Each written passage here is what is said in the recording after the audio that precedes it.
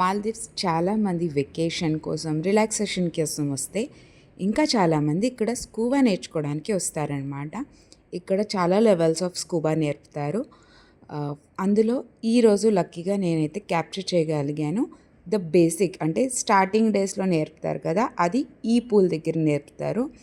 ఇది man created swimming pool అయిన depth అయితే చాలా ఉంటుంది. అండ్ ఇక్కడ నార్మల్గా పైనుంచి చూసినా మనకి కింద నుండి ఆక్వా లైఫ్ క్లియర్గా కనిపిస్తుంది. డెప్త్ ఈజీగా చాలా లోతే ఉంటుందన్నమాట. సో మా పాపని స్విమ్మింగ్ క్లాస్ తీసుకెళ్ళినప్పుడు నాకు క్యాప్చర్ చేయగలిగాను.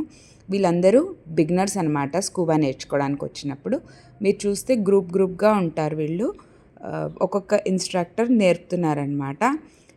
చూసారా పైనుంచి ఎంత క్లియర్గా వాటర్ ఉంటుందో. ఆ రోజు కొంచెం వేవ్స్ ఉండడం వల్ల వాటర్ అయితే మూవింగ్గా ఉంది. సో మేబీ బెస్ట్ టైం ఏమో స్కూబా నేర్పడానికి కూడా.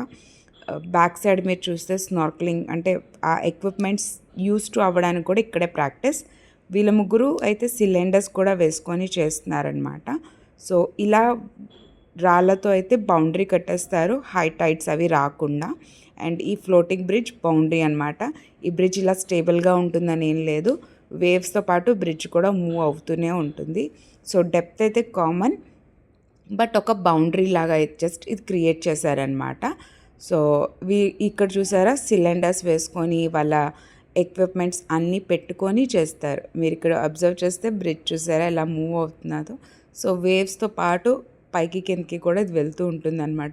ఒకసారి అయితే ఎక్దమ్ కార్నర్కి వెళ్ళిపోయింది, అందరూ పట్టుకొని ఇవన్నీ హెవీ వెయిట్ కూడా ఉంటుంది. సో వెనక్కి తీసుకొచ్చారు. సో ఇలా నేర్పుతారు. ఇలా వీళ్ళు యూస్ టు అయినాక వీళ్ళని ఇంకొంచెం డెప్త్కి, ఇందులో లెవెల్స్ ఉన్నాయి అండ్ దాని ఎగ్జామ్స్ కూడా ఉంటాయన్నమాట. మేమైతే స్టేడియంలో కూర్చున్నాము, వీళ్ళు బయటకు వచ్చారు. సో అప్పుడు నేను క్యాప్చర్ చేస్తూ ఉండేదాన్ని. ఇంత హెవీ సిలిండర్స్ పట్టుకొని వీళ్ళకి ట్రైనింగ్ అయితే చేపిస్తూ ఉండేవారు. అండ్ వీళ్ళు ఇవన్నీ ఎక్విప్మెంట్స్ కిందకి పెట్టేసినాక ఇంకో బాయ్ వచ్చి ఫుల్ శానిటైజ్ చేశాడనమాట.